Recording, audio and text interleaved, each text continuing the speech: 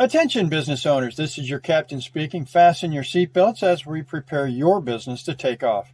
Hi, I'm Joe, your captain of online reviews. Give me a thumbs up if your reputation is important to your business success. Excellent, thank you, and welcome on board. Today, online reviews tell your prospects about the quality of services that you provide. As a matter of fact, online reviews are the new word-of-mouth advertising, so if you don't have a flight plan in place to get 5-star reviews, your reputation could be hijacked by one bad review, crashing your business. So what we do is we put you in the cockpit with our automation called Give Me a Thumbs Up. Our technology can actually predict whether your clients will write a good review or a bad review before we even ask them. So if you'd like to learn more about this technology, book your flight with Captain Joe today so that tomorrow you can sit back, relax, and watch your 5-star business take off.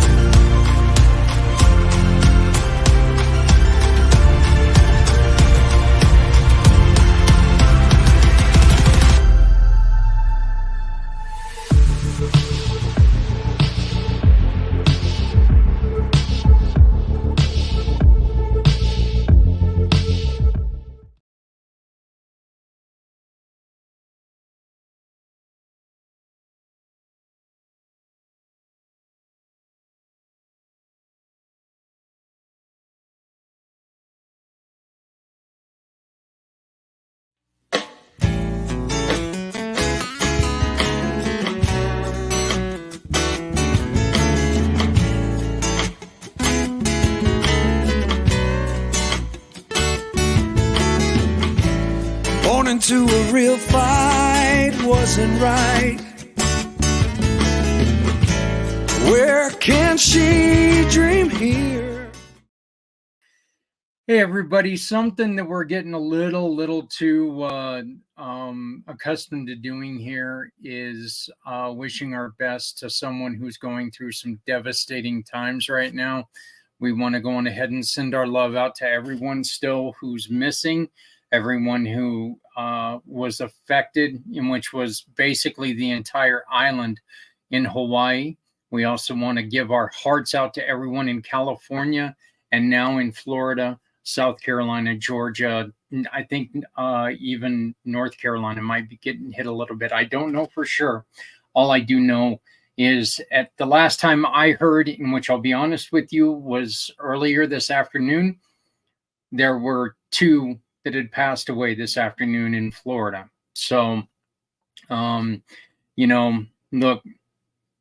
I don't know if it's climate change. I don't know what it is. I'm not going to get into the political BS of it because it's not my thing.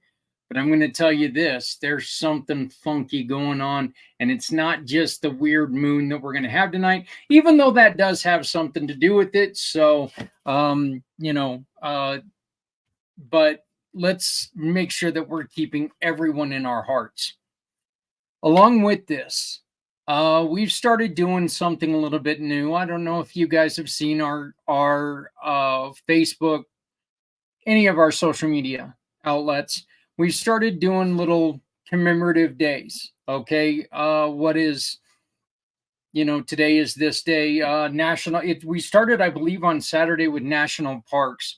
And I asked everybody, and go back and fill them out if you would. I'd love to see your answers. What's the one national park that you've never been to or you have been to that you really want to go back to? Or, and my wife answered with Yellowstone, and all I can think of is she knows for a fact I've got an irrational fear of volcanoes. So I'm thinking she just wants to take and push me in already.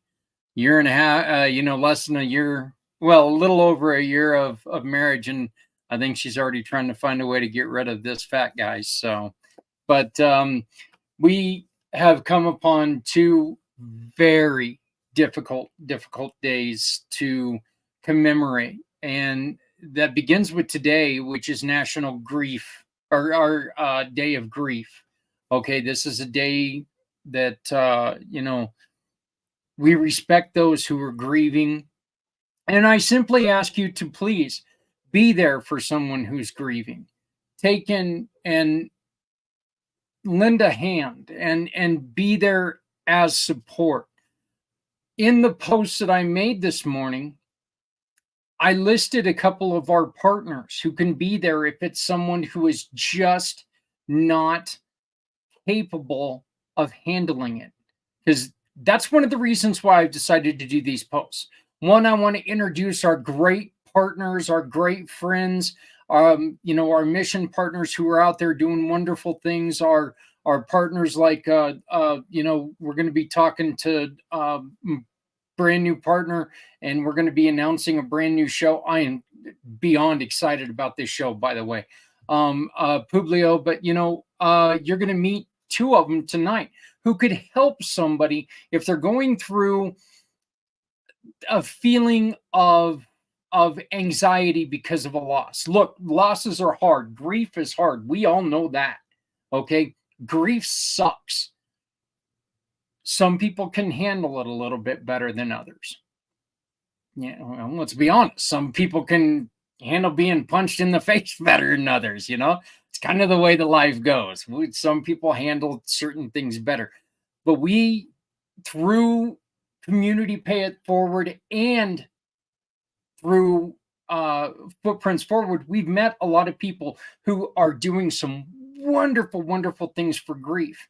We're also going to hear a story of just mind-crushing grief. And we're going to listen to that story starting at the tail end of the first hour, going all through next story with a dear friend of ours, Erin Davenport, when she lost her sister. She joined us on Footprints Forward about 4 or 5 weeks ago, and we're going to replay that.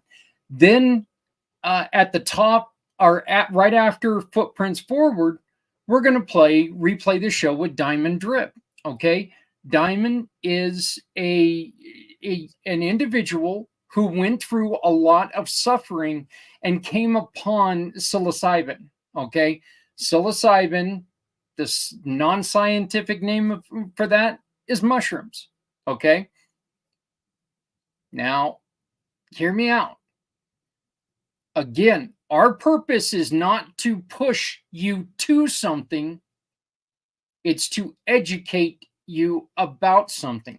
We want to make sure that you know what's out there. What might not be right for you is going to be right for someone else. Diamond talks about how she suffered through depression and other things, and she tried regular medications, and she did this and did that and did this and did that, and it didn't work. She tried psilocybin and it worked for her. Why are we talking about this? We're talking about this because, damn it, if it keeps you alive, if it keeps you on this earth where you need to be, we want to make sure that you know about it. And we're going to tell you how to get to it. We're going to tell you a little bit about it. We're going to tell you people who you can talk to about it. Okay? Look, even if you're just curious, hey, I'm not a person who gets into psilocybin. Me personally, never in my life have I tried mushrooms. THC, I take THC gummies for my head on the weekends. I have to do it for the weekends because if I take it during the week, I'm asleep the entire next day. That could just mean that I'm a lazy guy, but it is what it is. So Erin Davenport, starting at about, it's going to be probably right about in about 35 minutes. And then that's going to go into the end of this show and go to our show with Diamond Drip tomorrow, which is International Day of Overdose Remembrance, or about overdosing. We're going to have 2 more shows, one for men and one that I just recorded this week with a dear friend and a wonderful partner, Daria Mann. And overdosing is another thing that we're not going to try to tell you how to get around. We're going to try to tell you how to avoid that. We're going to try to get you to where you don't go that path. Overdosing isn't that simple. Okay? There are times they're called accidental overdoses. I've seen them all. I have a dear, and I'm talking.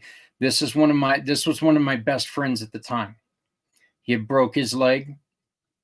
He ended up mixing an opioid with liquor. Folks, there's a reason why they tell you not to do that.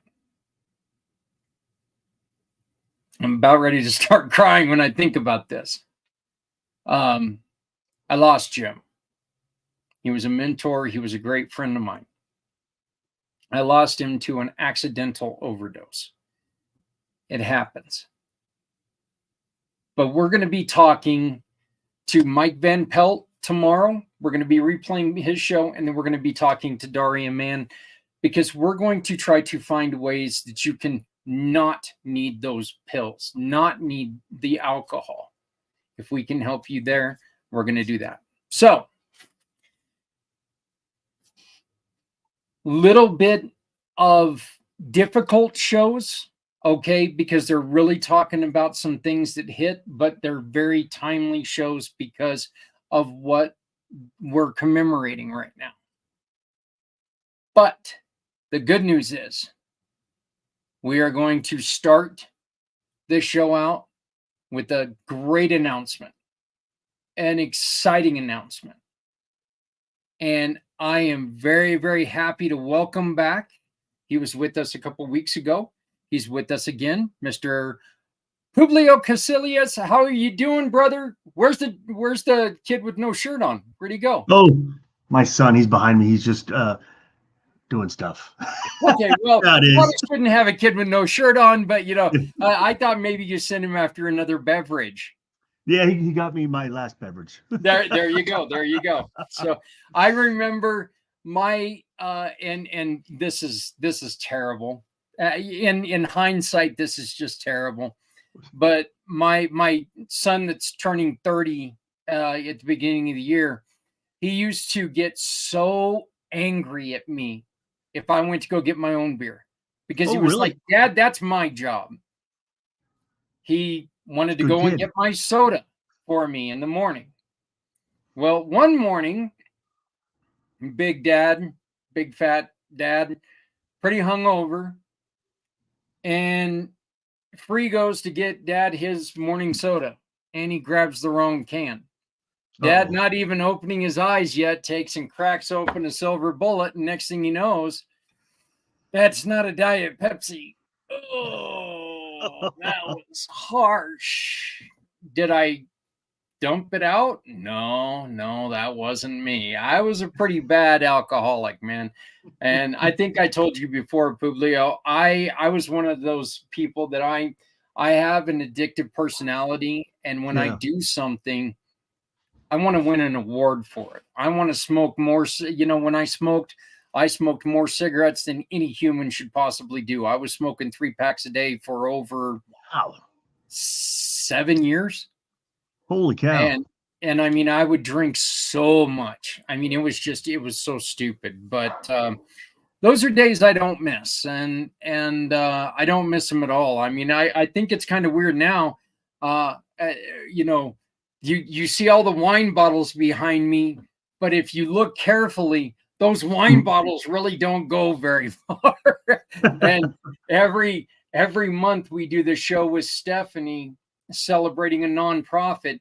I have 1 or 2 glasses of those. I might have 1 glass of wine or something while I'm doing the show to help push the wine. But I start noticing after like half a glass of wine, I'm like going, man, the room's getting a little fuzzy here. So I would have never thought about that. So, Publio, you're here. Yes, sir. Today so we can announce something. The first thing I'd like to do is, can you please tell us about your veteran experience? Oh, well, I mean, I wasn't anything special. Oops, sorry for the hair. I got my chihuahuas in my lap. Um, I spent 20 years in the Air Force. I had a broken service. I was in, I think I enlisted in 89, which shows my age. And then I got out in 95. And then I was like in active reserve for a couple of years. Then I went back in 2000, and then I retired in 2014. I was in Air Force. I was a weather troop. I was an observer for my first 6 years, and then I went back and became a weather forecaster, and I did that. And it culminated with me being a master sergeant, and I was the senior enlisted at the schoolhouse over at Keesler in Biloxi, Mississippi. And it was a great time. I've got a lot of friends, and God, it's just, I look back on it, and I wish I had paid more attention to the good times I was having at that time. But yeah, nothing terribly exciting. Oh yeah, yeah. Only 20 years. I mean, yeah. Yeah. It's one of the things that you just said is one of the things that I always tell people. I always regret not paying more attention when I was younger to the stories that my grandfather would tell me, because his time in the war. He didn't talk about it to anybody. He talked to me about it because I was doing a paper for school, but I hated doing homework so much that I didn't really put the effort into listening.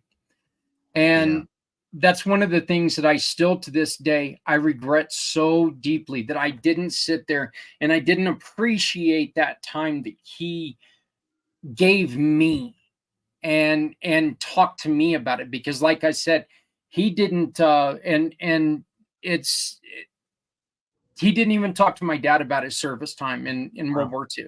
He was a ground medic in France. And he saw some stuff that really crushed him. And I mean, it was, we're talking about overdosing and stuff like that. My grandfather, he would overdose himself to the point of passing out, just because the demons were fighting. And as well as I do, back then it wasn't a PTSD, it wasn't any of this, it was shell shock, or you're not man enough, or any of that.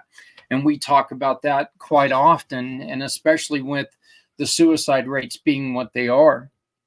But that's one of those things that I love the fact that you were one Air Force. I'm here in Colorado, so we got the Air Force Academy right down the road here in Colorado Springs. Still want to make it to one of their football games so bad, because they have the best flyover in the world, coming over the mountains and over the stadium. But what are funny. Oh. No, go on ahead. I was going to say, it's funny you say that, because I live in Pensacola now, and every Wednesday and Thursday, the Blue Angels fly over our house practicing. Really? Yeah. And also, I want to say something else real quick while I got the second. I forgot you were in Colorado Springs. I got some good news. Is I just found out last week that my son, who lives in Colorado Springs, is going to be a father, which is going to be my first grandkid. So I'm very Congratulations, excited. Brother. Yeah. Congratulations, man. Very excited. That is absolutely fantastic. Congratulations. Pensacola, how are you doing? Oh, as far as the weather, it's not bad. We're not getting anything here. I knew what happened is last week, right before this storm was coming this way, I washed my Miata. And as soon as I washed my Miata, then they're saying, it's coming this way. I was like, God, not washing that car again the rest of the summer. I used to tell people all the time, Publio, that, you know what? I think farmers ought to pay me to wash my motorcycle. Because every time I used to wash my motorcycle, either of them, okay, the Fat Boy or the Glide, either of them, every time they'd end up with rain spots by the end of the day, and it was like, ugh. So I knew that. But congratulations on that. Thank you. That is very so excited. cool. Yeah. What is one of the coolest things? What is one of the things that you've learned from your time in service that you have taken to the business world now? There's been a lot, actually. One of the biggest things I learned, I think, was an understanding of the core values for the military. When you first join the military, they're telling you the core values, you got to memorize them, and you're kind of like, yeah, whatever, you're a kid, you don't care. But as I was starting to go up, become a senior NCO, I realized that, man, those core values, if you think about them, they're actually very important. And the Air Force, they were service, excellence, and integrity. Not necessarily that order, I always get the order, but I used to teach my students when I'd walk around the schoolhouse and tell them, that why they're so valuable. They were looking at me like I'm an old man.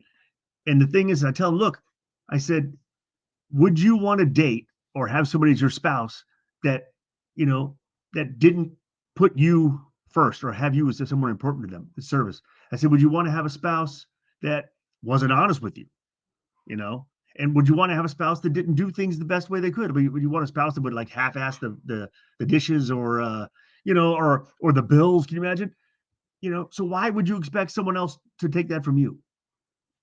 So I think they're a good thing that I learned. And then once I believed them, I was able to help push them. And I think it's one of the biggest things the military has ever done for me was really instill in me values, I think, to quantify them.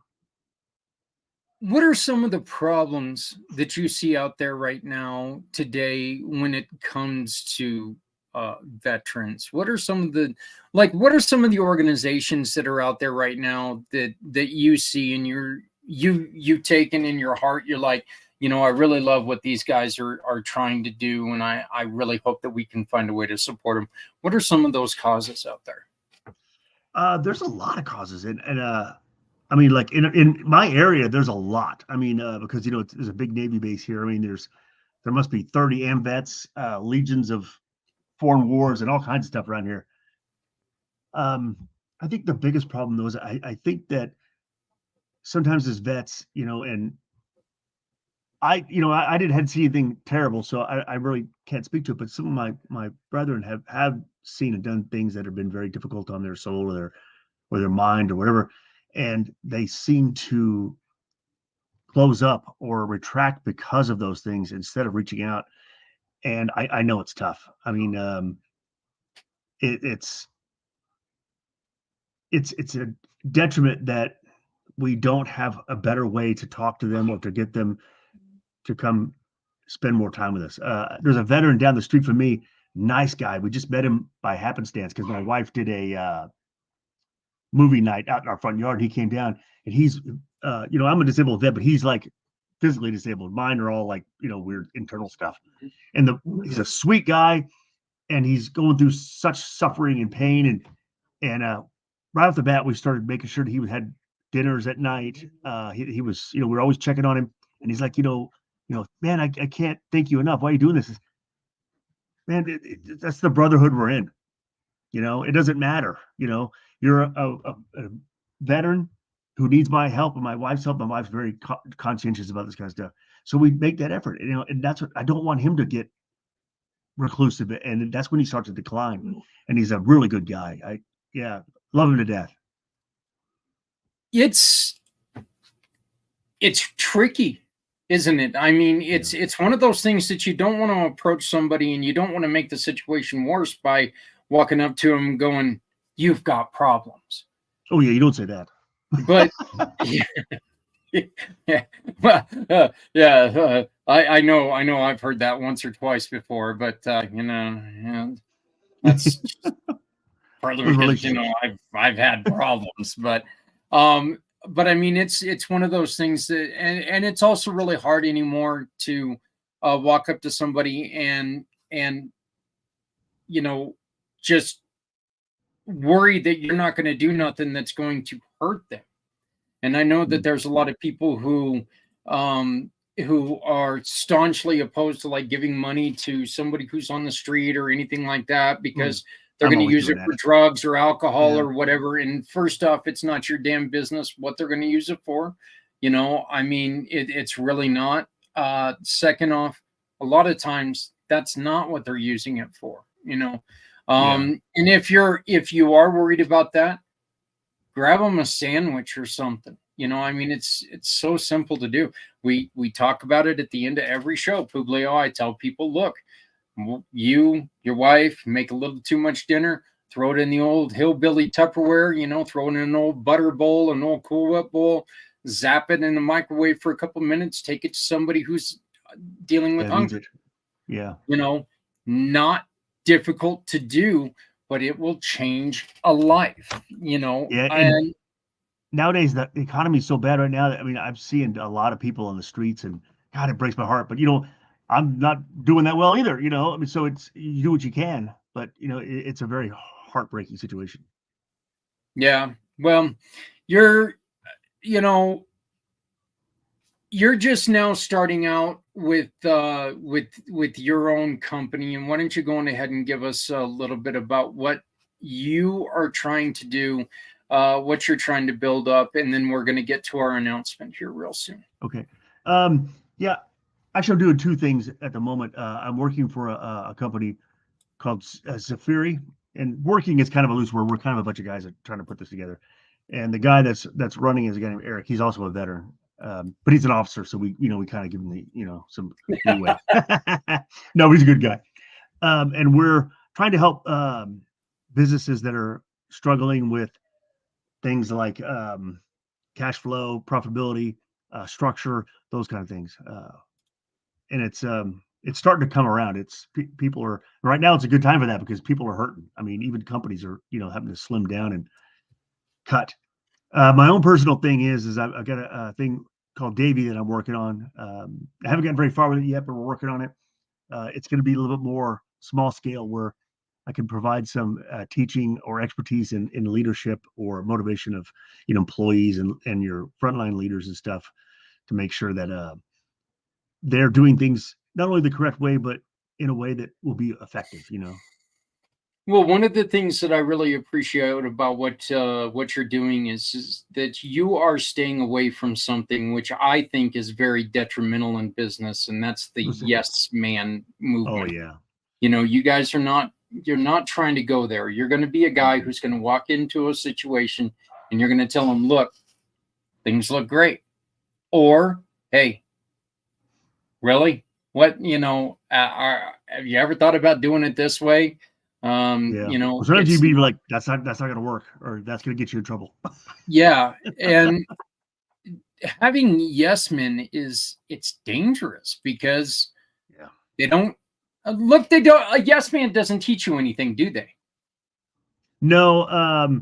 In fact, they can help you down the path of not evil or whatever, but they can definitely encourage you to go down the wrong path, even though you may have had doubts about going down that path. And the yes man is very bad. You want people to be honest, and I think that's part of that integrity and service and excellence thing. I mean, if somebody's going to ignore the integrity and the service part of that, I mean, why do you want them? They're not there for you. They're there for some other reason. I like that picture of me when I'm in the suit. Yeah. I kind of like the clean shaven one too. When I first saw that, I'm like, going, why in the hell is he sending me a picture of someone else? What's this guy? Oh, I forgot that picture yet. Yeah. What's this guy trying to pull here? Sending me a picture of another guy. So, I love that picture. I took that picture a few years ago. For some reason, I just love it. Yeah, it's weird. For some reason, Publio, all my pictures, I don't know why, but my face is like this close to the damn camera, and it's like I list all my pictures as, the big head guy, or the big growly face, or something like that, because all of my faces are just or all my pictures are like that. I need to get some real pictures done sooner or later. But for me, my eyes are usually closed. I don't know why. Yeah. Well, so are mine, but that's because I'm always tired. So but anyway, Publio, you and I have some very exciting news. I approached you about something because of your 20 years of experience. And you little hesitation because you've never done anything like this before, but you're all in. Yes, sir. You and I are going to take, and on the last Wednesday of every month, which would be tonight, we're going to take, in the first hour of our show, is going to be introducing hero businessmen, veterans, teachers, nice. Former teachers, law enforcement officers, medical workers, whatever, professionals doing their job, doing what they do, people who are getting into business, people who are just working for somebody else, but they're wanting to get out there. They're wanting to get their name out there. We're going to bring them to people. We're going to introduce them to people. We're going to thank them for what they've done, and we're going to introduce them to you, who hopefully you can help them along the way as well, just by this introduction. Anything I But can we're do. not going to. But we're not going to stop there. Oh. We're also going to bring on a nonprofit that deals with our heroes. So it's going to have 2 guests every episode. Nice. Please. He says, we're going to have 2 guests on. Both of them are going to be heroes, and hopefully we can do some things to where we can start helping each other out. This is one of the things that I've really been thinking about, and you as our newest platinum partner, I just wanted to, I thought, look, there's not a more perfect person to do this. You've also got that bubbly personality. So, oh hell, I enjoy you. So, I mean, I know they're going to, and I think that it's, like I said, I think it's a match made in, well, somewhere. Heaven? But, yeah, heaven. Yeah, man. So I think it's going to be something that we're going to be able to do a lot of good on, and every once in a while, I think we're going to go on ahead and bring in my dad, who, you know, he's a Vietnam era veteran, and we got to spend, thankfully, and I'm just going to say it, thankfully, my dad didn't have to go to Vietnam. He was communications, and this is the funniest thing in the world, Publio. You see my dad? He looks like the character Radar on MASH. No way. And he was the radio man. He was the radio. He was in communications. So I swear to God, when they came up with the show MASH, they knew my dad. Whoever, you know. And now the question is, does your dad have a Jeep that he smuggled back piece by piece in his garage? No. You remember that? Yeah. No, he didn't. He's got 2 trucks that are, there's a lot of pieces to them, but yeah, it's not, he didn't smuggle either one of those back. But we're bringing our heroes, both country and community, and we're going to build a show around it. We're going to take and we're going to talk to people who are doing great things, who have done great things, who have done things in the community, went far and above and beyond. And they're now getting into the business world. People who are employed by someone else, people who are trying this on their own. We're going to take them, we're going to talk to them. We want to do this because we want to, as I mentioned before, we want to take and we want to give them a shot to tell us their story and meet some other people around, get to know your services, the great services that you offer, and hopefully we can help them out. If you fall into these categories, get a hold of us using my card. You just go for my card and give me a call. Okay. You give me a call and let's get you on right there. I'll make it even easier. 970-909-0751. You do not have to be a member of the Community Pay It Forward family. You should be, but you do not have to be a member of the family to be part of this. You served our country. I owe you the world, and I will do what I can to make this about you. Publio. Yes, sir. Tell me your thoughts on this. I think it's fantastic. I think that a lot of us, you know, we either get out of the military or we retire or whatever happens, and we forge out the civilian world, and it's tough, you know. I mean, and it's not that we're not ill prepared or we're not strong enough. It's just that it's such a different dynamic. I mean, I'll be honest, here's a funny story. First thing happened to me when I got out of the military is I started looking for a job, you know, like all of us. And one of the hardest parts was figuring out what to wear. You know, every day I wore ABUs or BDUs. All of a sudden, that's not my choice or my option. So, in you know, the military, you know, a lot of us, I don't know if the services still do this, but back in my day, sometimes you'd wear, you know, your blues, short sleeve shirt with a tie, and you'd have, you know, all your ribbons and all your stuff on the shirt. And that was okay. Well, I was working at this college. I was the dean, and I always wore, you know, a suit. but I was wearing a short sleeve white shirt with a tie. And when it got hot one day, I took off my jacket, and all the ladies I was working with making fun of me for an hour. Apparently, it's a faux pas. But it was funny. But it's just these little things that don't translate. It's and sometimes we can help each other with it, or we can share these stories and make it light. Well, I think, like I said, after we had our conversations, we've had a couple conversations now, and I really couldn't think of a better partner to bring into this and pay the respects to our service members and any hero. Like I said, teachers, as far as I'm concerned, you're teaching the youth of today. You're a damn hero. You truly are. You're this is unfortunate, but you put your life on the line every day you go to work now. So and that's just, it's a damn shame, but it is what it is. So I also think teachers are heroes because my son is a teacher, but he teaches English to children in Japan, to kindergartners in Japan. So but your dog get stepped on, or no? Somebody went out the front door, and my puppy, he's a miniature schnauzer. He's about 4 or 5 months old, and he has the most high pitch bark when he's feeling like he's alone. It's ear shattering. He's cute. He's a great dog. We've got a miniature poodle, and we've got I call him a hippie chihuahua, but he's actually he's a different type of dog upstairs. But every time they start barking at anybody who's walking by the sidewalk or something, my 2, now 3 giant dogs down here start flipping out, and they don't even see what the hell's going on. But damn it, that little dog's barking, so I've got to do it. That's what I want to do. I want to get involved, and rah, rah, rah, rah, and they start tearing up stuff, and it's like, oh my God, really? And then of course I've got baby girl who, she's the one that she's the one who scares me the most about biting somebody.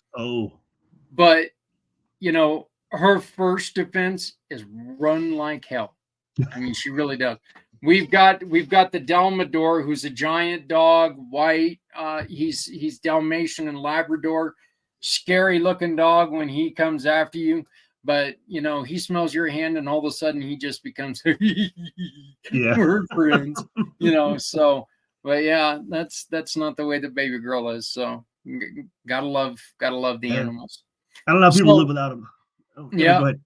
Yep. So that's our announcement. And I am first off to you. Thank you for joining me on this. My pleasure. I think it's going to be a lot of fun. And starting on the last Wednesday of next month, we're going to be bringing on a hero owner or business person, business professional. And we're going to bring in somebody who's dealing with in the nonprofit world to try to help out our heroes as well.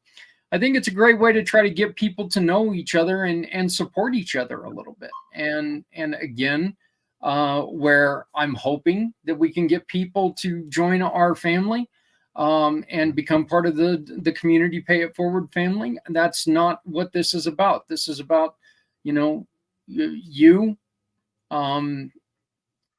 everyone that we're bringing on, they've served us. Let's not forget you. What's that? Let's not forget you too. You've done great things. You put this together. You're, this is your brainchild, and it's nothing but, what's what I'm looking for? Not good karma, but it's bringing a positive into the world and helping veterans. I mean, you're the phenomenal one here. Well, brother, man, I couldn't do it if you guys wouldn't have done what you did. And that's the flat out truth. So, but I appreciate it. I kind of busted you with it this morning on, hey, you want to join me tonight? And got you coming on, but I'm going to let you go and enjoy your evening. But I'll be getting a hold of you probably tomorrow or Friday. And let's get busy on this. But yes, sir. Publio Casillas and I, we're going to be working. We're going to be our show is Heroes Both Country and Community. We're going to be bringing them to you so you can get introduced to these wonderful people who have served our country in many, many different ways. And now they're doing some fantastic things in business. They're using what they've learned to better themselves. They can be inspirations for little kids everywhere, and even bigger little kids who are looking for something else in life. So, brother, man, thank you so very much for your time. I do appreciate it. And I'll talk to you later on, okay? Okay, you be good. All right, let's have fun. All right, bye-bye. All right, bye. So excited about this. I truly am. First off, Publio's a great guy. I love that guy. He's one of those individuals. He's kind of like Miss Baxter, Bernie, in which we played her spot at the beginning of the show. That every time you talk to her, you just feel better. You just feel better because they're bubbly. They got that great personality. That's Publio, man. A great, great, great guy. Doing great, great things, hero to the country, and I appreciate it. You can always go to his page on our website. All you got to do is take and go to the website, go up to the search engine, search button, and type in Publio, type in Zafiri, type in Pensacola. It's going to come up. Or you can just take and copy down the long address that you see there on the bottom, and you can visit his page and help us by supporting him. And as soon as you shop with him, take a picture of that receipt. And when you take a picture of that receipt, send it to us, and you tell us where you want the referral he's going to give us to go. Do you want it to go to a veteran cause? Do you want it to go to kids? Do you want it to go to families? You want it to go to a 501c3? That's all it is, folks. It's a shop, click and pick thing. So we're doing great things with some great people. We're so excited to have Publio on starting next month, the last Wednesday of next month, a show all about our heroes, veterans, law enforcement, first responders, teachers, people who have put their life on the line and now are trying to get into business. Plus, we're going to be bringing in nonprofits that deal with those heroes and deal with some of the issues that they have. So excited about that. Looking forward to it. Think it's going to be a good time. Put out a post just a little bit ago, and I really want to make an addendum to it. Because we're going to play the Aaron show first, because Aaron's story is what today is what the celebration of today is about. Okay. And celebration is a bad way. The commemoration of today is better. It's what today, the commemoration of today is all about. And today is National Grief Awareness Day. And look, as I said before, grief is one of those things. It takes away from you. It really does. All of us go through grief when we lose someone, when we lose something. Look, I got a dear friend who had to put his dog down on Monday or on Sunday night, and he's still suffering with it. The grief is real. Your grief can come in many, many, many different forms. And so what we want to do is we want to make sure that we're able to help you through your grief by making sure that somebody's there for you.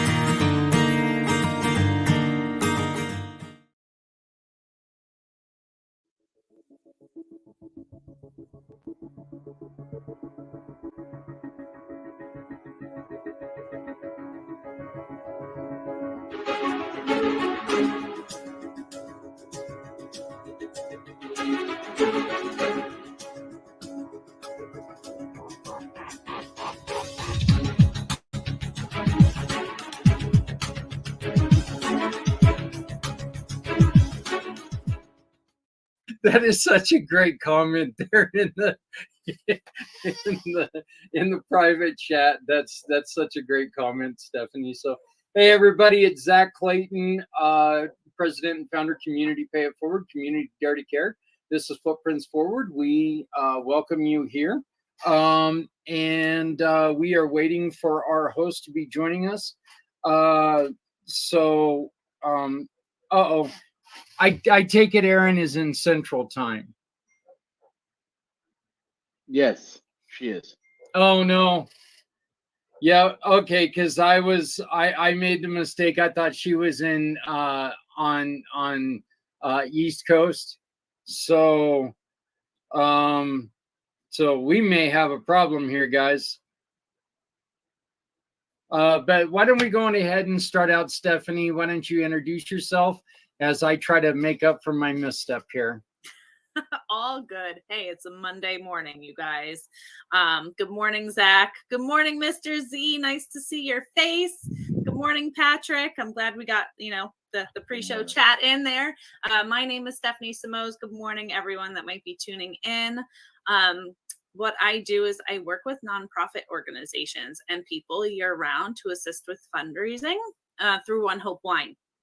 We are a cause-centered winery out of Napa Valley with over $9.7 million donated to date to over 42,000 different nonprofit organizations. So what I do is I specialize in fundraising, gifting, private wine events, and wine delivery. And what I love the most is when you pour a glass of wine or send someone a gift, it's a really great feeling to know that that bottle made an impact for a nonprofit that's important to you. Yes, you get to select the 501c3 of your choice.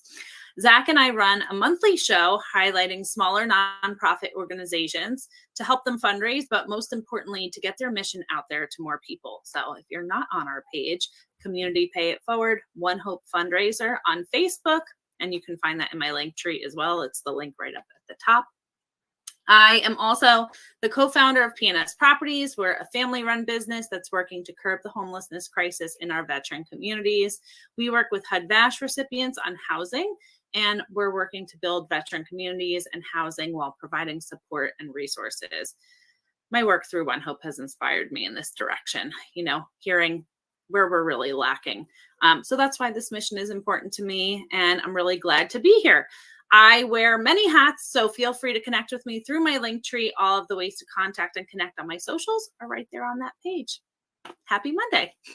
Well, that sounds great. And the good news is she is available, so she's going to be jumping on here in a minute. She thought she had another 30 minutes to get ready, but shoot. So she will be joining us. Yay. Mr. Patrick Myers, tell us a little bit about yourself, please. All right, let me switch back here. I'm trying to put on the stream. So my name is Patrick Myers. I am the founder of a Call Edge Global and Consuming Fire Media. And what I do is I just help as many people as humanly possible and get the message of the gospel out on as many platforms as possible. One of the things I do is what you call the Youth Initiative. And the Youth Initiative is a tool for teenagers to be able to do the things that they are called to do, what's inherent in them, and find their own purpose with the tools that we give them. And so it is one of the most amazing things that I've done. Like, we've had our 4th session so far, and just how the teenagers are just opening up about their lives and what's going on in their lives, and you can start to see the healing already start to happen, and then like the idea that they can do things, and the ideas that these teenagers have come up with so far, helping a chalk walk, and where they want to do for donations, have people come out and do art on the side on the greenway. Helping with the elderly, helping with younger kids, just so many different ideas that they came up with for solutions for themselves for their own time. And so that's one of the things I do with the Youth Initiative. The other thing I do with Consuming Fire Media is that we do various podcasts The first one is the Men's Pit Ministry podcast, and we got 2 episodes up on Spotify right now, and they're going to be coming out more and more frequently. And this is just for men that are struggling and going and trying to figure out, how to walk this life out. This is a faith-based thing, so we definitely believe in God, and and and just figuring out how to have a relationship with Him, so we can be better fathers, husbands, brothers, workers, bosses, just you name it. Um, um, we believe that God is the information keeper on how to be those things.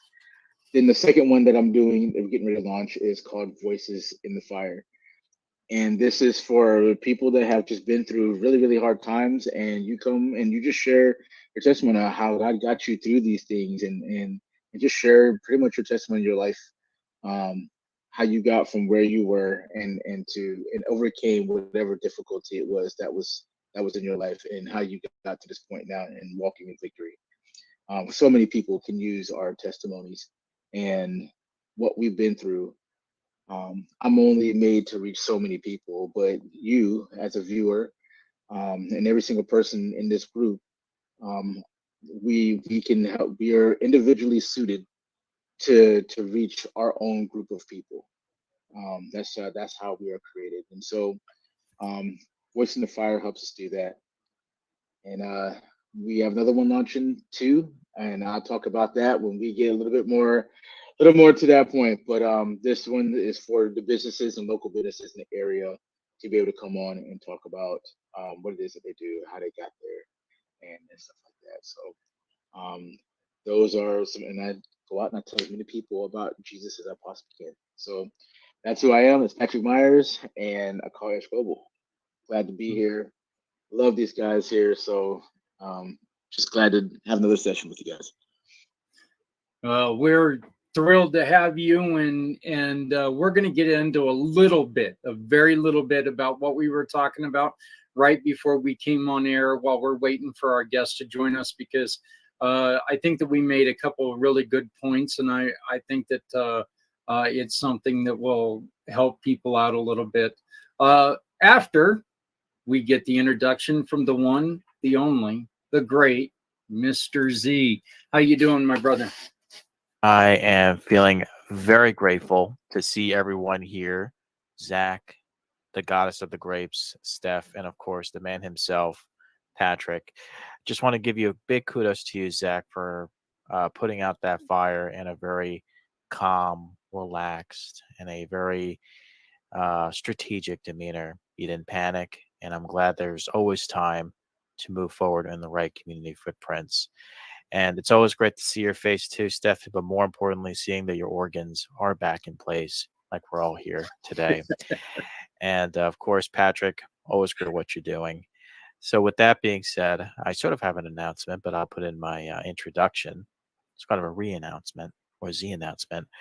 Hello, world. My name is Z, or you can call me Mr. Z. I am a web developer, and I am also a consultant that specializes in helping nonprofits, family-owned businesses, veteran-owned businesses, and entrepreneurs like yourselves who are looking to announce upcoming events, book online appointments, or accept donations and sell products and services without the use of eBay or Amazon. I also provide a free consultation to those who are looking to get started on their brand new website, and to those that have an existing website, but they're not comfortable with the idea of accepting payments, not comfortable with the idea of making changes to the back end of their website, whether it's WordPress, Squarespace, Wix, or even more. I do want to emphasize that I do have a referral program called Z Referral Program. And that is if you refer me to a nonprofit, family-owned business, or a veteran-owned business, or anyone that is looking to modify, develop, or redevelop a custom website. And once they become a paying client, I will donate $149 towards the Community Pay It Forward or a nonprofit of your choice. So I do want to say thank you very much for having me, and I am certainly looking forward to seeing what we have in store for Community Footprints Forward. Thank you. Back to you, Zach. Well, thank you so very much. And our guest has just popped on, but I do want to say one thing that's a little bit personal. Yesterday, I want to thank and congratulate my wife, Adrian, because she stuck with me for 1 year. Yesterday was our 1 year anniversary, so we went for a drive through the mountains, and we went to go pick up a young man that's a very important part of our life, and we had a great time doing that. So, but I think that the best way to introduce our guest today, Patrick, is with you, because she was a guest of our show a little over a week ago on the wine event, talking about all the stuff that you're doing. You are doing some work with her. So why don't you go on ahead and introduce us to our guest, please? So this is Erin Davenport. She is amazing. Just when I first met her, she just has an amazing testimony, an amazing story of like where she'd been through and how she got through it. And it was one of those things where, like you guys heard my story, it just captivated me. And then not just that, but it's just the person behind it, behind her story, her resilience and her ability to just overcome and just think about where she is at and where she wants to be. And I found that just very, very inspiring to myself also. And so she's a great friend and has been a very good cheerleader, helped me move forward in the ways that I need to. And so it's my pleasure to welcome her onto the show. Well, Erin, thank you for putting up with my lack of knowledge on where in this wonderful country you live, and time zone deficiency. I guess if there's one reason to get rid of time zones, well, it's to make people like me a little bit smarter. So, but so welcome to the show, Erin. Thank you very much for joining us. Why don't you take a minute to introduce what you do and to our audience and some of the things that are very important to you personally, please. Yeah. Well, thank you all for inviting me to be here.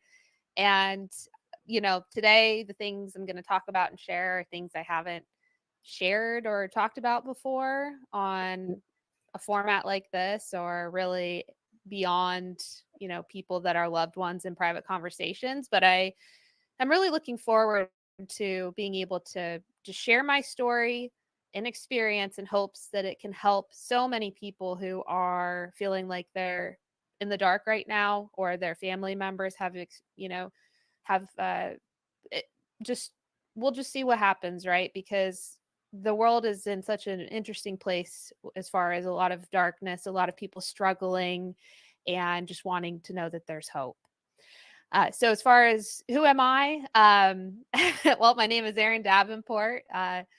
And really, honestly, I'm in a transition in my life right now.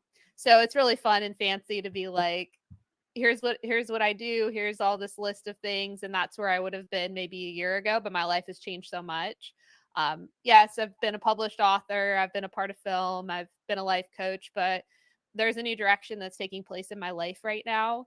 And also a stripping of identity that I am not the things that I do. And that's just where I'm at today. So today I am Erin Davenport, and I am not attached to any title or label at this moment. We will see how this journey kind of unfolds over time. And thank you for being with me during this time period where I am going through a transition like that. And I'm just very grateful, honestly, to have the life that I get to live today and to be here with all of you. Well, we greatly appreciate you joining us. And Erin, you mentioned you're going to be talking about something that it's not going to be very comfortable. And I want to rest assured to you personally, if it gets to be too much and you need to bow out, please do. Just understand that we are going to be try to be here to support you the best we can. One, and we really hope that that people understand the importance of your story, because your story can help so many. So, so saying that, the reason you're on here is you made a comment on our pre-show a couple days ago that you unfortunately have lived through the suicide of somebody very important to you, and that's your sister. Can you tell us a little bit about, please be comfortable in telling, but tell us about your sister and tell us about the problems that she was suffering with.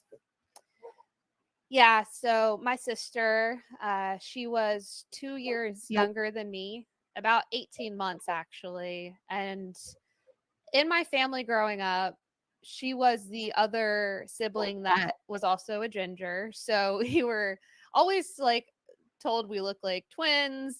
People would confuse us. I still don't think we looked similar, but we just had red hair and or just, the unicorns or something. And we just looked, we had our hair color the same, but we grew up honestly just doing everything together. We were like little buddies because of our age difference was so small. And that meant even overlap of friends at times in school. She was more of the type that was musically inclined. So she was playing the piano, very artistic, even from a really young age. I mean, we're talking about grade school and junior high and all that kind of stuff. And sometimes I was jealous because I was not good at the piano. I did not understand any of that kind of stuff. I couldn't memorize a note to save my life, even though I was in it for like 10 years doing music. But it just came so naturally for her. She was great at chemistry and, just mathematics. And really, honestly, we would have a lot of fun as children, which is kind of funny. We would take like IQ tests together. Like, this sounds so nerdy, but we would be doing those kinds of things, like who's smarter than the other. We were kind of like competitive a little bit with things. And, she was just really intelligent, really bright. And I always felt like that we understood each other just in a way that, I don't know, they say that about twins. We weren't twins, but we just kind of clicked on the same page. She would be feeling something or experiencing something, and it was almost as if I could also sense and feel what she was going through. So we were really close. And even when my family couldn't console her or there were things that would go on, she always trusted me. And I was always that safe person to go to where we could have a conversation. And she knew that, I wouldn't tattle on her or as we got older, that she just knew that I would be her friend. And so having this kind of close dynamic growing up, at the same time, she was starting to struggle in her younger years. And I remember, I think I was in 7th grade, and she's, she's 2 grades under me. So she would have been like 5th grade or something like that. I don't remember the exact years, but I just remember my parents saying that she had taken pills and that she had gone to the hospital. I still don't have very good recollection of that. I haven't asked my parents about that since that has occurred. I just haven't thought about it until now. But it was like there was this darkness, like this dark cloud that was following her. And I could sense that even when she was younger, because on one hand, she was this really intelligent, articulate, teacher's pet kind of, person, and has such a big heart, cares about others, doesn't want to see anybody else hurting. And then on the other side, she I could tell struggled with things within herself, and that she was depressed and hurting. And so I remember that happening for her at a very young age. And me, I'm kind of like if something happens, I just kind of dust, my mom says I just dust myself off and just continue running forward, whatever that is. And I noticed her to, like, me continuing to run forward in life and her slowing down is what I noticed. Like there was started to be more of a disconnect.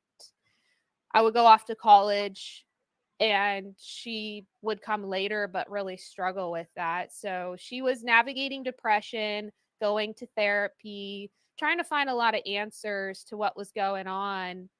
And it was when we were both in college together at the same college over in Nebraska. We had moved from Iowa to Nebraska to go to school.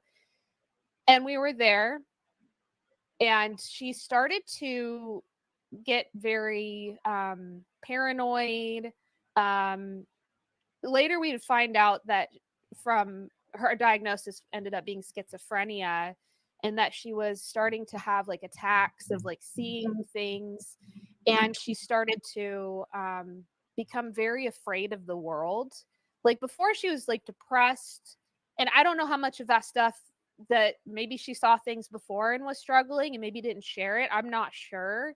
But it really hit at around 20 when she was in school. She's going to college for chemistry. That was her major.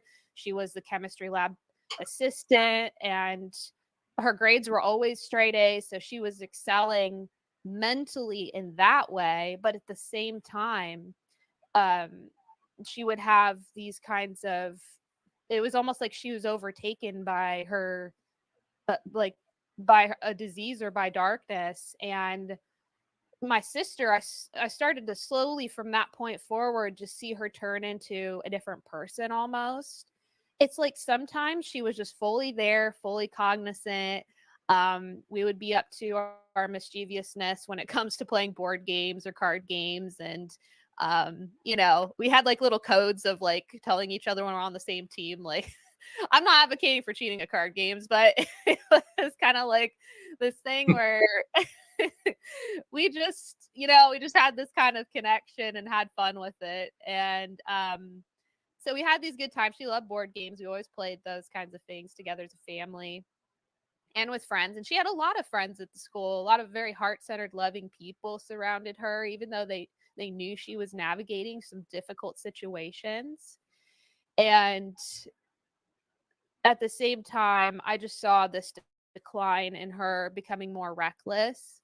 And I started to notice that I go to visit her. She had to drop out of school because she couldn't keep up with everything, battling her mind while also trying to, you know, be able to attend classes and wake up in the morning when she's had a mental breakdown all night or something like that. I also noticed, you know, she's battling like spiritually. She was having a hard time too. And it was rough. It was rough to watch because here I am. I'm trying to continue through school and I'm working really hard. I'm paying for my own education and all this kind of stuff. So I'm really busy and spending the time I can with my sister and with her friend group.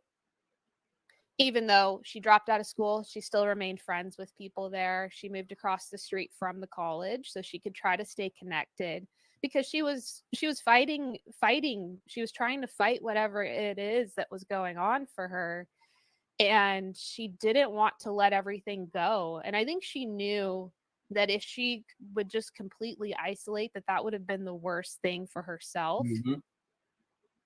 And she did isolate a lot, but it was such an amazing thing where I could literally walk across campus and show up at her apartment or invite her to something at school. But yeah, she was in and out of psych wards. She had a social worker. She would go to the psych wards and we would visit her. And I always was just kind of, it almost was like every time I went to see her, she just kind of seemed like worse, or she was scared of people that were there. And that made me more stressed because my sister, again, she's like vegan. She doesn't want to eat any of the animals and hurt them. She's like, just like this really caring, loving person who's always standing up for other people. And then I felt like she was in some ways at risk with very violent behaviors happening around her. And I just had to really release that and honestly just pray for her and just trust that she would be taken care of during that really dark time. And it was really interesting to try to explain that to people because people didn't get it. It's like, where's your sister at? It's like, oh, she's, do I tell them she's in a psych ward? Are people going to judge that? They shouldn't, but are they going to? So it's navigating, being conscious of what she's going through, respecting her privacy, but also she had a lot of friends that were worried for her as well. So being able to be there and comfort them. So when she battled through that a couple years through that time in college and living across the street. And then she ended up going to a psych ward one more time. At this time, I'm also going through some difficult things, and I'm working through some things somewhere else, getting help for my own addictions and struggles. And I get out of that place to get support for my own stuff I'm struggling with. And 2 days later, I get my significant other at the time got a phone call, and it was my mom. And she said, your sister's committed suicide. And it was just really devastating. Because we don't ever expect to get a phone call like that, or maybe we expect it at some point if we know someone's really struggling, but we never want to hear that that's happened or that could be ever possible, especially losing my sister that's like, she was like 18 months apart. Like we did everything together. Every memory I have from my childhood is with my sister. And all of a sudden I hear that she's gone. So I just collapse. I'm at a Barnes and Nobles with my ex-husband, and I just don't even know how to reconcile what's happened. And I remember she had sent me a letter a couple weeks before that, in that she had had a mental breakdown. She had shaved her head. I was like, this is not sounding like this is not going good. Like this is not good for her. And then I found out that she had, and this has been a part of a forgiveness process. Honestly, with the mental health system, I am just continually like, God help me to forgive. God help me to forgive. No one ever does anything intentionally. They had given her a new medication that was a very high dosage right before she had left. And the side effect was suicidal ideation, and finding that out and just being so upset. And I guess my mom and her were baking cookies, and my stepdad, I won't get into all the details because nobody needs to know all the details, but my stepdad was a cop at the time, and he was getting ready for work, and he had sat his gun on the bed, and my sister knew and had Googled exactly what to do to get it out of the holster. And all of a sudden it went from them making cookies to my sister taking her life. So, and I don't know what her final thoughts might have been, but I just hope that she knew she was loved. And I know how depressed she was that she couldn't live a normal life. At least she felt like it. She always wanted to be successful and have a normal life and have children and have a family. And she had said, I can never do any of these things. So being so smart and intelligent to know that the life you're living isn't the life to the fullest. And And I think that she had just given up. There were signs maybe that we look back on where she got rid of her dog that was like her best friend and founded a new home. She had just wrecked her car on accident and it was totaled. So she had lost her only way of having freedom. And she had visited my family that she hadn't seen in years, my dad's side of the family. There are all these signs looking back, and I don't even know if she knew that she was doing those things, and maybe she did, but yeah, so I heard about those things that had happened, and I was living out of state, and I came out for the funeral, and I think I spoke even at her funeral just about her and what I appreciated about her. And so, yeah, so that's kind of what I've kind of been navigating through is how to reconcile when someone that is so close that's always supposed to be there is not there, and the memories that I'll never get to make with her, to know that her life was so short, anger at times of like, why did she have to suffer? Why was she sick? You know, what could I have done to help her? There's all these thoughts that go through the mind, but I think that it's not able to be understood to a certain degree, and to allow it to be what it is where I'm at today, and to allow myself to grieve when I need to grieve. And it's been, God has used this opportunity of working through my grief.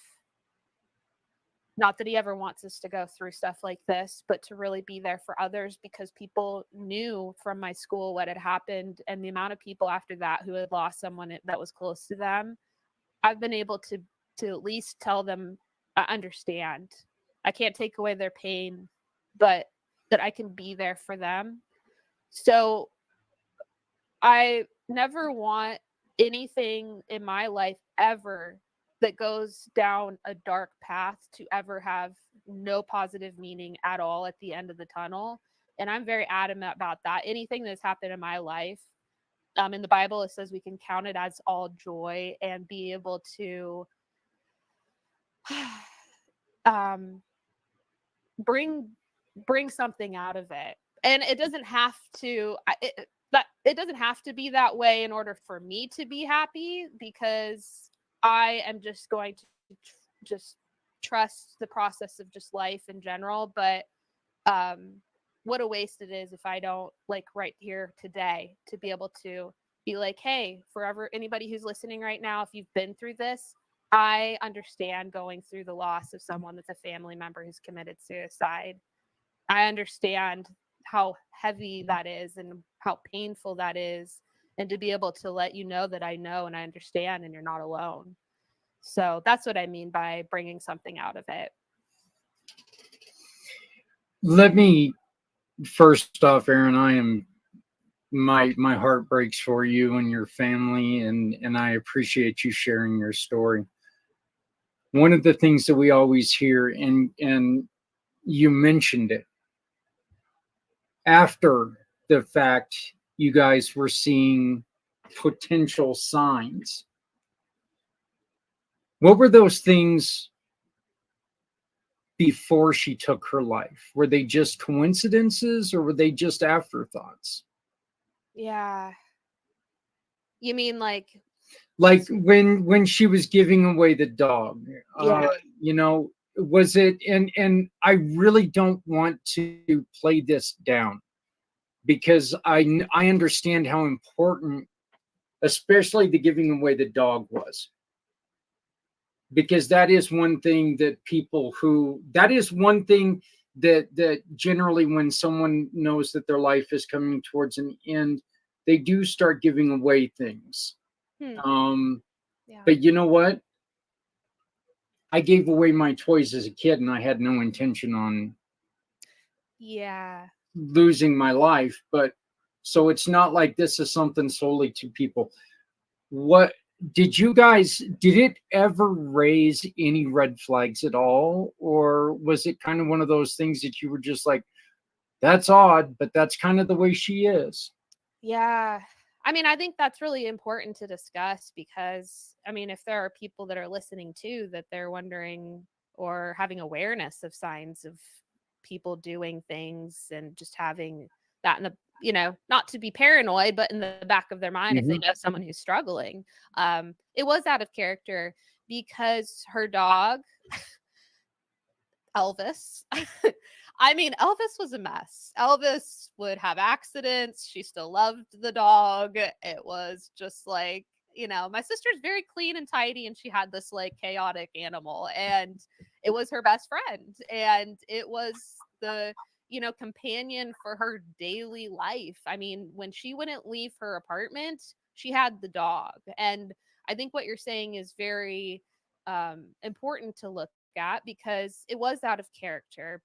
Because for her, as chaotic as the dog was, and as much as everybody kept telling her to get rid of the dog for a long time or get a different one or something, she never would do that. And at some point, within 2 weeks, I think, of when this happened, she had found the dog a new home. And she cares so much, as I said, about others and about people, animals, all that I'm sure she wouldn't have wanted the dog just to. I don't think she could reconcile probably if she didn't know what was going to happen with the dog. Even with the car accident, it was very strange because it's like all of a sudden she gets rid of the dog, she gets in a car accident, the car is totaled, that's gone. And I think that might have honestly been a breaking point almost for her as well, because her only sense of freedom, whether she should have been driving honestly or not, was that she had a car, because otherwise she was completely isolated. My family, my mom, and all of them lived a couple hours away. So for her to go see them, my parents are busy. They can't go drive a couple hours, go back, drive, do all this stuff. That was her way of visiting the family. That was her way of going to the grocery store. And it was her lifeline in essence. And so that being gone, I'm sure was extremely devastating, because I'd heard how important the car was for her before that. And then as far as visiting my family, she hadn't, some of them are in Texas. So she hadn't gone to Texas in a really long time. Like, we're talking a decade probably. And she's going down there and going to a, Cowboys game and all this kind of stuff. And it seemed like that there was something there. Also the fact that she wrote me a letter. She didn't write me letters when she was in psych wards usually. I think that was like the first time she ever had. And the fact that she wrote me a letter where I was located and was like communicating and found out my address and all this stuff, that kind of spoke to me of something as well. So I think that there needs to be maybe awareness of and I think there sometimes is a denial. I just want to end with this for now.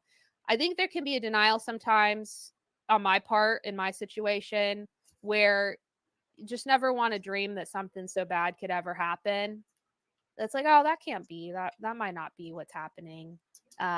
Because it is so painful, honestly, to look at and to address, whether I'm conscious I'm doing that or not. But yeah, absolutely. People giving away things that are out of character and things that are really important to them out of the blue, I think is a warning sign. Aaron, and I don't want to take up all the time here, but let me ask this. And you were talking about, whether the driver's license was a good thing, having the car was a good thing or not. Someone who has the emotional difficulties that your sister had, would public transportation, would that been more of a trigger for her? Would that be one of the reasons why you would want to keep her away from stuff like that? Because I know that just getting on like a public bus, or I traveled to Texas once on the Greyhound, whatever stuff. Yeah. I don't suffer from things like that, but I was very uncomfortable. Yeah. Would it have been problematic for her to be on public transportation? Yeah, that I think would have been also extremely stressful because there is a sensitivity that is there that's heightened. They say that about people with autism, right? Their triggers. Yeah, and I wouldn't be surprised if she was undiagnosed with that as well. But that would have given her so much more stress. I just can't even have imagined that for her. So I think there might be kind of like this gap, even as I'm thinking about it, with just like if someone does suffer, you know, how do they have that kind of freedom, but also at the same time not causing more angst and detriment to their life? Well, again, thank you to you and my love to your entire family and everything. Patrick.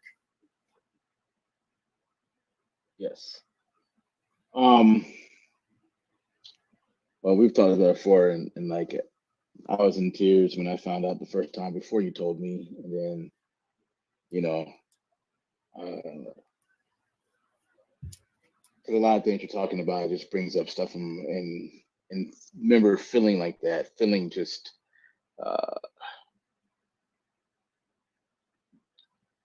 really really lost, and there's nothing that like I felt like I could do about it, at the time. And one of the things I would like to say to you, because a lot of just um, I like to say to you, just I think a lot of times the people that survive it, they don't know how to.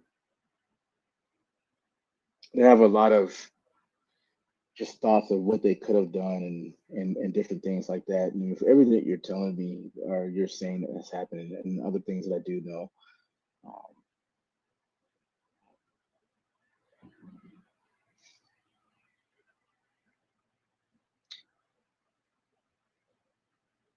when someone's going through things like that, um,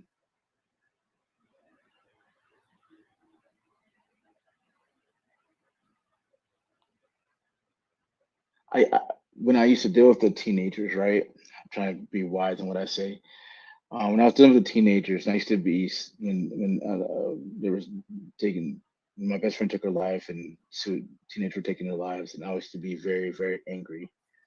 My daughter was one that was suicidal at the time and was just going through all these things, and I was very angry with her, and I was very frustrated. And it wasn't just angry; I was angry at myself. I was angry at um, all these other things, and then being on the side of it of going through it, right? Um, your sister wouldn't want you to carry any of those things, and I know you know that, but I'm saying it to you because maybe nobody said it to you. Um, from the perspective of surviving it, because my family and everybody else didn't have anything to really do with what was going on with me. Like I knew that they loved me, I knew people loved me, but it was just other darkness that was happening that was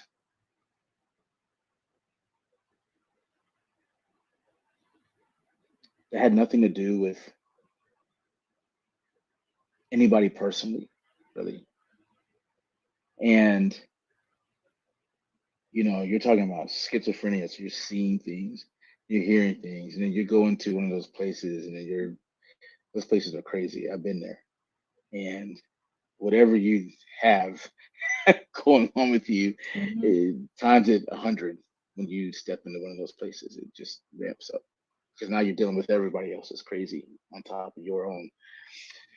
And um, but I can tell you 100%. Even with her writing that letter um, and stuff like that, that she loved y'all very much. Um, there's just sometimes just things where we can't just hope runs out, and it's not nothing personal. And for the people out there, like, what was the question I would have to ask you? And from the survivor side, right? Like you're the survivor of all these events. What would be the thing that you would want most for people to be able, like, what tool would you want people to have to be able to identify these things, or be able to stand in the gap? Because there's so much advice out there, right? Um, but when it's on your doorstep, it's a whole, like, it seems like that advice and all that, those resources are never there, Yeah. right? That's really, like, now I have all the resources, right? I didn't have it then. And so what would be the major things that you would say would be the tools that you would want and you think people should have? Yeah, that's a great question. Um, I think that just the first thing that comes to mind is that sometimes in my life, and maybe someone else can relate to this, is that we get so busy that we miss being in the moment. And I was so busy with my life, all the other things going on, my own problems. I'd moved out of state somewhere else. I lost track of staying in touch with my family. It is not my responsibility to caretake and to ensure the safety of everybody else, but it is a responsibility for me to be able to be available and to not, in my case, sometimes I do so much to drown out everything else because it's feeling overwhelming. So I will become a workaholic. I will uh, find other ways to numb out, in the past, especially. And by doing that, I'm doing myself a disservice because I don't want to deal with the reality of what is going on. And also, it's doing others a disservice. And I don't have, I guess you could say, like you said, Patrick, I don't have regret as much as more of an awareness and a way of how do I want to live my life from this point forward when it comes to the people within my life. Am I sweeping things under the rug? If someone's saying I'm having a really hard day, or they're sharing something that's close to their heart, am I brushing that off because I'm way too busy, because I put too much on my own plate? Do I have excuses? Because when it comes down to it, and before, my dad has also passed away, not from suicide. And I remember telling him, are you going to regret that at the end of your life that you didn't work enough, or that you didn't spend enough time with your family?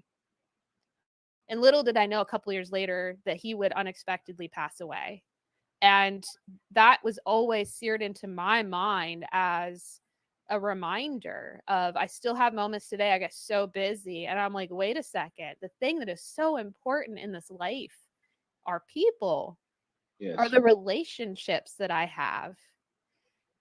And so I would say, if anybody's watching and that there are overwhelming situations with family members or loved ones, to maybe push pause and take a moment and to address whatever might be going on, or to be available even when you feel like you might be at the end of it, or take that time for yourself so you can recharge and then be available. Because sometimes life it's burdensome, but I do guarantee if we ignore it, that is the last thing that we want to do, because the consequences are a lot higher at that point. So again, we're not here to save anybody. We're not here to be people's superhero. And also, we can be present and we can pay attention. So I would say that is something that's really important that came to my mind. And also, the strength, as we've talked about before, is that I have reached out for help. I would say, if people are feeling over, like my mom, she was a teacher. She was a new teacher doing a new career. And she was this time of years. And I would say, surround yourself. If you're caring for someone that's really struggling, or there's somebody in your life, ensure that you're asking for help. Ensure that you're bringing in a group of people to help to lighten the burden and to be able to then ensure that you're taking care of what you need to be for yourself. But also there are different perspectives that people can have around us, that they notice things that we don't notice, or may know resources that we may not know about. So those are some things that come to mind just immediately as you ask that question, Patrick. I have one more for you. Yeah. Okay. In what ways can you see, like I know you kind of explained, like, you know, you how you see life differently, but what is the main point of strength that I think that have you gotten out of everything that has happened up until this point? Like, what is the superpower that you walk away with out of this? Yeah, that's an awesome question. um, with my sister and what has happened through her situation, and as I briefly mentioned with my dad, who also passed away early in my life, it has really helped me to see how precious this life really is that I get to live. And do I remember that every moment of every day? No, but it has really shown me that what do I want to be personally doing with my time? What is the priority of my life? And also it fuels me to help other people, because as you know, many of us have probably walked through something. We can be able to walk with other people who are going through that. And as I shared a moment ago, be able to lighten the burden along with others. It's also deepened my relationship with God, which I threw into the trash a while ago. And I just recently picked it back up. And I was like, wow, this is so precious, because if there is no point to life, then what is the point? And I will tell you that that is what caused me to almost go down the same path as my sister this last year, is when I threw all of my beliefs out the window and there is no purpose to life. Well, then there is no purpose when we kind of have that kind of thinking. And I tell you what, God snatched me out of from the darkness myself this last year. And that now I have a purpose. And the purpose is that I want to be able to be a light in this world that is so dark. And Patrick knows exactly what I mean, because we've had so many conversations about this, and that we have such a short period of time to be here and to ensure that it is well utilized and that we are connecting in a really deep and powerful way, and that there is a light like at the end of the tunnel, not to use a cliche, like there is a purpose of being here. And that is what fuels me to move me forward, and to be able to snatch people, or be a part of snatching people out of the darkness. And there are so many ways we can do that in this world, but that is what fuels me today. And it's doing things like this, where there may be someone who's listening right now who is depressed, who has suicidal ideation, who is wondering what is the point to life, and to just say, you know, hold on, there is something there, and cry out for help if you need to, because you know, your life is precious, and the suffering that is there absolutely is there. We have compassion, and that doesn't have to be something that is forever. Like there is hope, there is a way out. And, you know, for me, it was that surrender of admitting I couldn't do this all on my own. So that's what fuels me, Patrick. And you got me now going on this. I don't want to start like preaching or something, but I will stop there. Okay. Okay, Stephanie. Great minds think alike. Patrick kind of stole my question over here. I just want to say thank you so much for coming on here, sharing your story. You have incredible strength. I have chills still from when you first started. So my question was, and maybe we can elaborate on it or spin on it a little bit differently, was what really helped you personally to get to this point? Because it took incredible strength for you to come here and share to help others today, right? Like, I don't know that I would have been able to stay as composed as you were in sharing. If there are other listeners watching who are still struggling, who may be in a similar situation, are there suggestions or resources that have helped you to kind of move forward to get to this point after such a great loss? I was going to ask about your faith. You've confirmed you've leaned into your faith. Yeah. But were there any organizations maybe that help support help support you or get you through? Or was it the family around you? Was there anything that kind of stood out to kind of help you through? Yeah, that's great. There are a lot of people that came together. So I was in college still, and so I had people who understood what I was going through. And I think it's also not isolating myself, because there, there's a great opportunity at that point to be so sad and depressed and not want people to see me like falling apart, that there is that tendency to be like, oh, let me just go to my dorm room or my apartment or my home and just like close the door. But that's the last thing that we need to be doing in that situation. So as uncomfortable as it is, to really get out there still and to be like, even if it's a text message of, hey, do you want to come over and watch a movie? Or I just need to get out of the house for an hour. Do you want to go to lunch with me? If you have a full plate and you feel so overwhelmed, ask for time off work and ensure that you're doing something that is going to be uplifting for you. So not just to isolate and not to make it worse, but really to look for an avenue of support. One thing that I did do too was, it's just kind of miraculous, but I went down to, someone sponsored me at that time. There's no way I could have afforded to go to I went to the Meadows, which is a treatment center, but it was for grieving. There's a grieving workshop. It's down in Arizona, and it was a week long. And I went there with a couple other people who were grieving different losses in their life. And so that's something that I can recommend that was very helpful. And it's in a group setting where there are other people working through some really heavy things, and you understand that other people understand. And that was very helpful for me. Also, continuing to not give up on myself. And that meant being open. Because I don't know if there's a one size fits all for everybody, but there are things that come our way that are opportunities. Like I could have told the person who was going to sponsor me to go to the Meadows, no. I could have said, no, that's uncomfortable. My schedule's busy, or I don't know what that is. But I stayed open. So if someone's going through grieving and having a difficult time, stay open, to what people are offering. Pray about it if you do pray. And ensure that it's something that's actually going to be helpful for you. But the least and most unexpected ways that things have come into my life that I was like, oh, that I've never heard of that before. That doesn't sound helpful, end up being some of the best things for my life. And sometimes it's breaking for me past the stubbornness. I don't know if there's any other stubborn people out there. So yeah, those are some different ways outside of my faith, I would say, that have really given me comfort. And yeah, hopefully that helps somebody.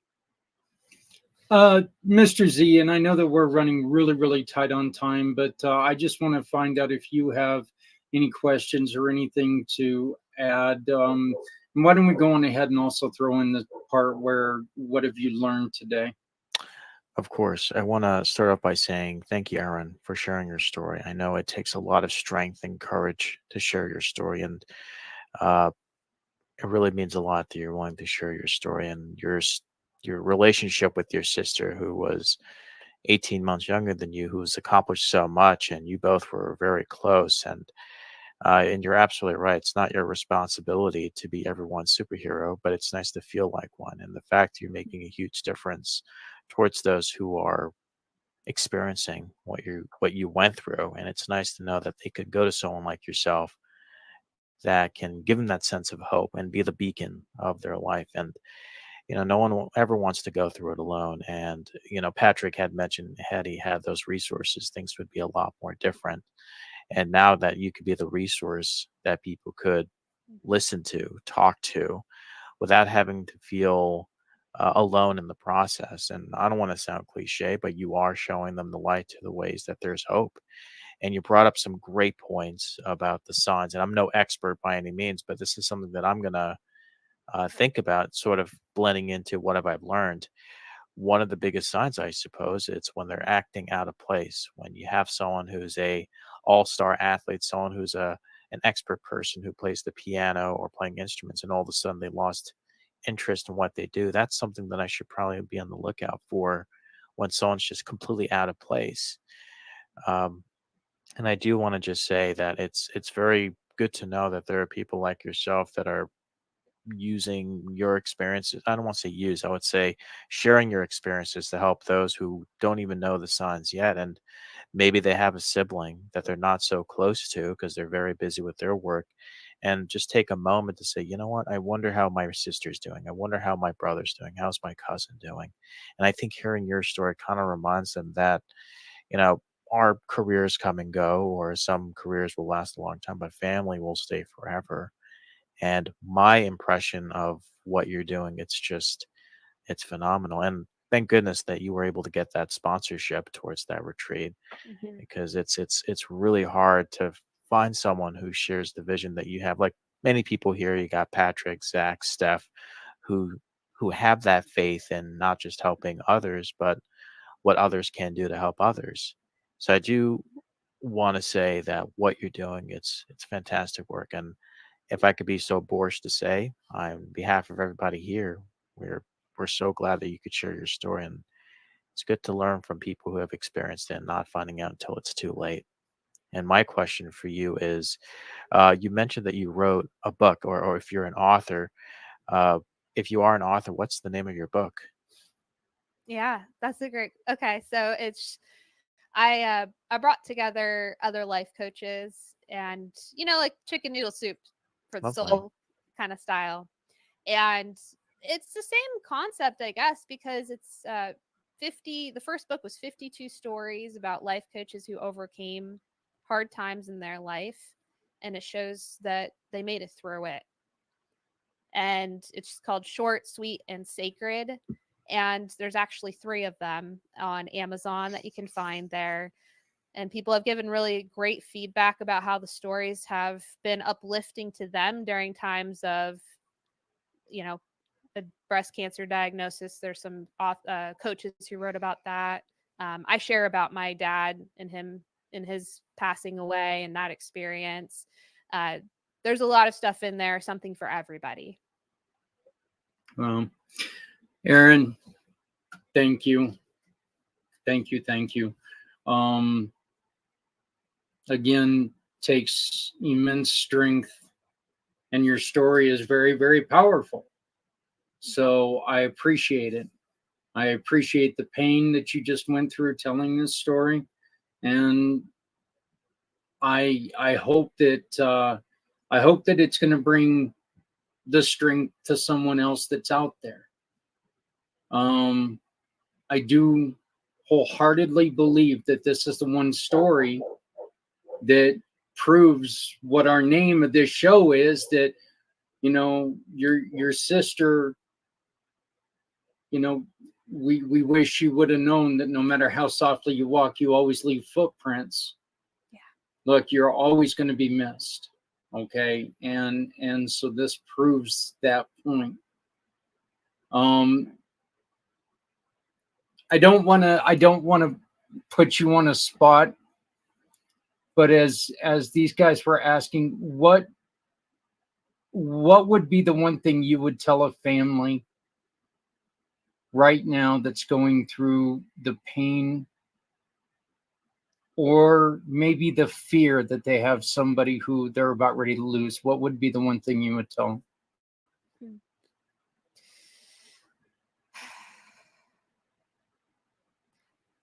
Well, I can speak to that because I have one of my brothers is goes through depression really heavily still to this day. He's someone I still worry about. And what I can say is that,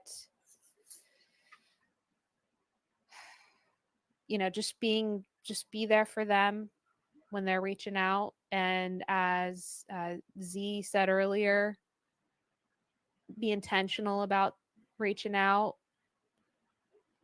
Also, maybe asking yourself, where can you find your hope? Because if I feel like I have to hold up the universe, that's a lot. That is a lot for anybody to have to do, but I know where I can turn, and I talked about my faith. So what does that look like for you? That you can be able to know that there are resources out there that are even bigger than us that can absolutely orchestrate a miracle in your life. And so I would say that would be something to think about. Stephanie, what did you learn today? I just think it's really, really inspiring, Aaron, that you're really just trying to bring joy out of hard situations. So I'll leave it with that. Yeah. Thanks, Stephanie. Patrick? Glory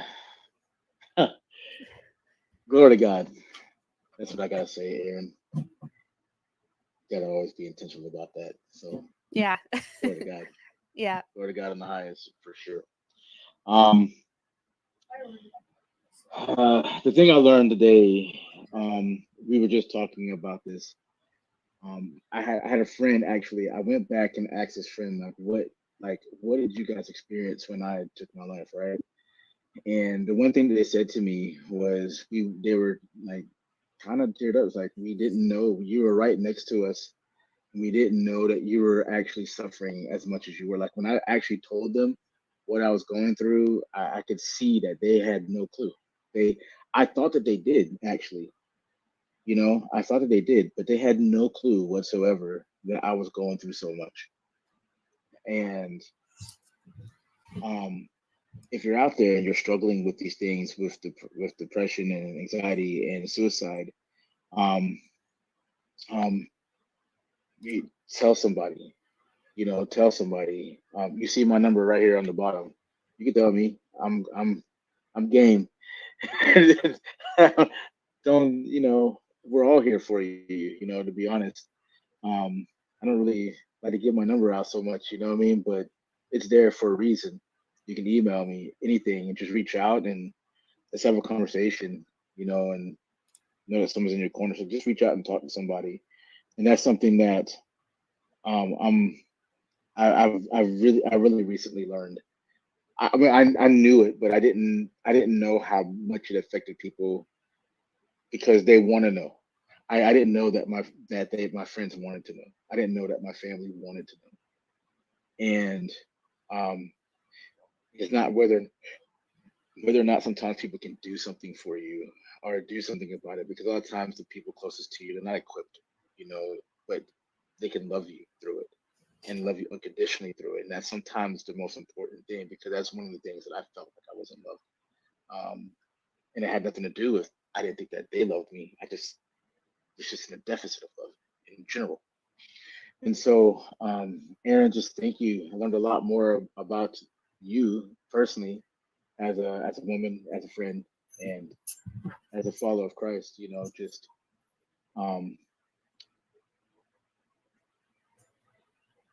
the strength that it takes to keep walking forward, and then what God can do as a force multiplier of that strength when you're yielded to Him.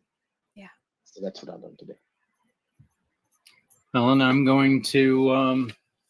just going to say that, you know what, no matter how busy you are, just remember that whatever you're doing is not as important as finalism. So, if you're too busy to talk to someone, you may never be able to talk to them again. Aaron, I would like to raise or extend an invitation to you to join us whenever you're free. Your story is very powerful, and I think that your message is extremely important. So I'd like to welcome you to come and join us whenever you would like. Just reach out to us. Any of us would benefit from everything that you've went through and are going through now. So I would really like to extend that offer to you. I think that you would definitely do well. Hey, everybody, we ran a little bit over, and I want to thank you guys for watching. I want to make sure that you guys join us every week as we try to help people navigate this difficult situation, because suicide is final. You can't recover from suicide. Once you're gone, you're gone. So please make sure that you love somebody, because we're showing right now that somebody out here loves you. My name is Zach for our family, Stephanie Samos, Mr. Z, Patrick, and Aaron. I'm even going to throw you into the family here. We thank you very much, and we will. Yes, and Zephyr, she had to go and make herself be known. But we'd like to thank you, and we will see you next week, right back, right here on Footprints Forward. Thank you very much. Well, again, that was one of the more powerful shows that we've ever had. But we got 2 more powerful shows that are going to be coming on tomorrow, starting at 5 p.m. East, with Mike Van Pelt and then Daria Mann, who run programs. Both of them have programs to try to help people. Excuse me, I got the hiccups. Try to help people with to prevent overdosing. Hey guys, Carolyn Rasmussen, you guys all know her as our wonderful pampered chef, has a wonderful program going on. The Maui fires have been devastating, and I wanted to help. I'm doing a pampered chef fundraiser for Feeding American Maui, where every $50 order is 100 meals to the Maui Food Bank. When you spend $50, I'll add a special gift from me. $90 adds the additional free item from Pampered Chef, and a $100 order gets you into a raffle for $60 off any item. If you want this, text 970-909-0751, 970-909-0751. Just give me a text saying, please share this text with me, and I will share it with you. Hey, everybody, that's all the time that we've got for tonight. Thank you very much. Again, please love somebody, because somebody loves you. Somebody out here loves you. If you're not helping anyone, you're hurting everyone. Please, if you've got clothing that does not fit you, put it to use and get it onto the backs of people who need it. You got extra food, and look who made herself present. Go figure. Hello, Zephyr. If you're, don't scratch my magazine. God, I'd hate to hurt my dog on live television thingy. If you got extra food, please put it in the hillbilly Tupperware and get it to someone who needs it, because you know what? Nobody needs to go it alone when we all come together. My name is Zach Clayton, Community Pay It Forward, Community Dare to Care, and the pACT channels. Till next week, thank you. Have a great week. And please keep everyone in mind that's going through horrible, horrible things right now.